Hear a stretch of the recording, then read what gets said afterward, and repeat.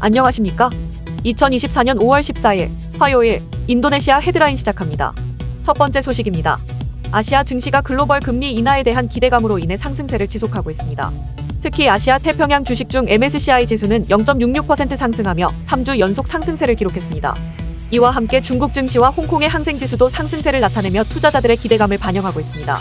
이번 상승세의 배경에는 유럽을 중심으로 한 글로벌 금리 인하 기대감이 자리 잡고 있습니다. 스위스와 스웨덴은 이미 금리를 인하한 상태이며 유럽중앙은행 또한 올해 3차례의 금리 인하를 예상하고 있습니다. 또한 영란은행도 올해 여름 금리 인하 가능성이 높아지면서 파운드화는 최근 2주 만에 최저치를 기록했습니다. 그러나 미국 연방준비제도의 통화정책 입안자들은 최근 인플레이션 가속화로 인해 금리 인하에 대한 시장의 기대치를 빠르면 9월로 지연시키고 있는 상황입니다. 심지어 일부 경제학자들은 올해 연준이 금리를 전혀 인하하지 않을 가능성도 제시하고 있습니다. 이러한 상황 속에서도 유럽의 중앙은행장들은 연준의 신호를 기다리지 않고 독자적인 금리 인하 행보를 이어갈 것으로 예상되며 유럽 중앙은행 관계자들도 큰 충격이 없는 한 6월에 금리를 인하할 것이라는 강력한 신호를 보낸 바 있습니다. 다음 소식입니다. 인도네시아가 가자지구 남부 도시 라파를 향한 이스라엘의 군사 작전을 강력히 비난하고 추가 확전 시 반인 유적 범죄가 될 것이라고 경고했습니다. 인도네시아 외무부는 유엔 안전보장이사회에 이스라엘의 잔혹행위 중단과 영구적인 휴전을 촉구하며 팔레스타인 주민의 강제 이송이나 이주 시도를 반인도적 범죄로 규정했습니다. 전 세계 여러 국가들도 이스라엘의 결정을 비난하며 즉각적인 철수를 요구하는 대중 시위가 전개되었습니다. 참고로 이스라엘 방위군은 라파 지역 공격에 대해 하마스를 표적으로 한다고 주장하며 공격을 단행했으나 국제사회는 대규모 파괴와 대량 학살 행위가 될 수 있다고 반복적으로 경고했습니다. 특히 조 바이든 미국 대통령은 라파 지상 공격 시 무기 공급 중단을 시사하며 이스라엘에 대한 경고를 발표했습니다. 하지만 유럽연합과 미국의 경고에도 불구하고 베냐민 네타냐후 이스라엘 총리는 공격을 감행했으며 안토니오 구테우스 유엔 사무총장은 휴전에 합의할 것을 호소하며 라파에 대한 전면적인 공격이 인류의 재앙이 될 것이라고 경고했습니다. 다음 소식입니다. 인도네시아 정부는 자국 내 풍부한 니켈 원광 매장량을 바탕으로 전기차 배터리용 니켈을 앞으로 45년 동안 채굴할 수 있을 것이라고 밝혔습니다. 이는 모하마드 파이잘 인도네시아 투자부 전략국장이 지난 8일 자카르타에서 열린 포럼에서 발표한 내용입니다. 파이잘 국장은 스테인리스강 원료에 쓰이는 고등급 니켈 원광의 매장량은 2035년이면 고갈될 수 있지만 전기차 배터리에 사용되는 저등급 니켈 원광은 앞으로 45년은 더 채굴할 수 있다고 주장했습니다.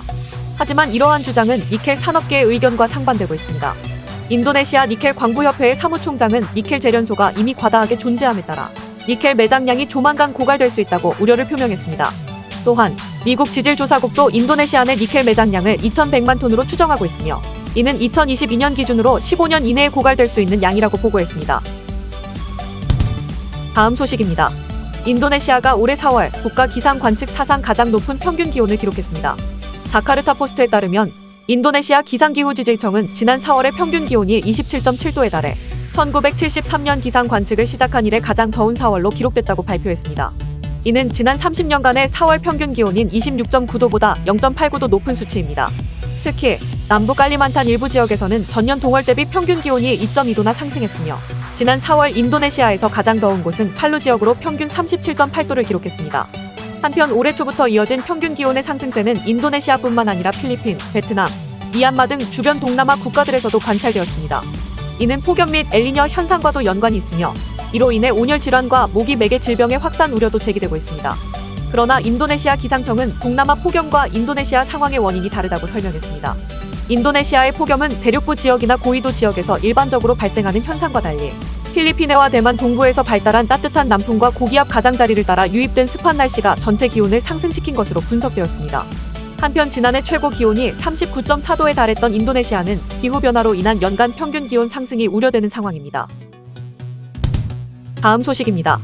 하나오션은 최근 오포조선소에서 인도네시아 국영석유 회사 뻐르타미나의 해운자 회사인 뻐르타미나 인터내셔널 쉬핑에게 91,000 세제곱미터급 초대형 가스 운반선 2척을 인도했다고 밝혔습니다. 이날 진수식에는 인도네시아 국영기업부 장관, 주한 인도네시아 대리대사, PIS의 최고 경영자 등이 참석했습니다. 국영기업부 장관은 이번 가스 운반선 인도를 통해 인도네시아 에너지 유통의 생명선 역할을 강화하고 해양 산업이 세계 무대에서 자부심을 가질 것이라고 언급했습니다. 또한 해당 선박들이 국제적인 협력과 기술적 정교함, 인도네시아의 에너지 안보 지원을 위한 공동 노력의 증거라고 강조했습니다. PIS의 CEO는 이번 유조선 2척 추가로 동남아시아에서 가장 큰 초대형 가스 운반선 선주 중 하나가 되었으며 이는 PIS의 환경 친화적이고 지속 가능한 비즈니스 전략을 보여준다고 밝혔습니다.